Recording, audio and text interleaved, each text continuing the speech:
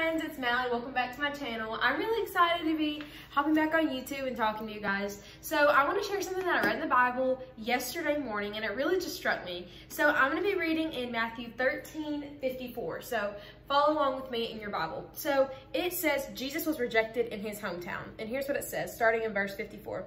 When Jesus arrived in his hometown of Nazareth, he began teaching the people in the synagogue. Everyone was dazed and overwhelmed with astonishment over the depth of revelation that they were hearing. They said to one another, "Where did this man get such great wisdom and miraculous power? Isn't he just the woodworker's son? Isn't his mother named Mary, and his four brothers Jacob, Joseph, Simon, and Judah? And don't his sisters all live in Nazareth?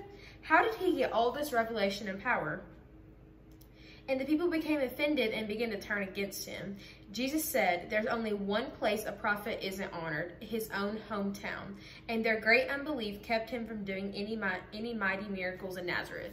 Wow. Okay, so I thought that was so interesting that Jesus literally went to his hometown, Nazareth. Everyone knew in these times Jesus was from Nazareth. So he goes back to his town and he starts ministering like he does in every town. And the people were so consumed over what station he was in, who his parents were, who his sisters, who his brothers were, and they were so busy trying to figure out how is he getting this revelation that they couldn't even focus on what he was saying.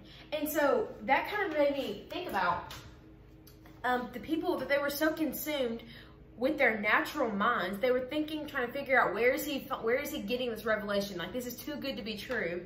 And they were so consumed with their natural minds that they couldn't even receive Jesus' teaching. And so with that being said, I just encourage you guys today to start waiting on the Lord and listening to what he's saying more than trying to figure out how everything's going to turn out. So whenever I think about that in my life, sometimes whenever Jesus calls me to do something, I start thinking, okay, well, who's going to come? Who's going to show up? I mean, how do I get this to work, God? How do I get this to manifest? And I start to just think of all these natural things like, well, that's a lot of money, God. Where am I going to get the money? And I see a lot of people in their life, whenever God gives them a dream or something to do, they start to think with their natural mind of, how can I do this? I don't have the money. I don't have the place. I don't have the people to do this. And Jesus is saying, I gave you the revelation. I'll figure it out. Your obedience is enough. Just don't stop worrying about the outcome.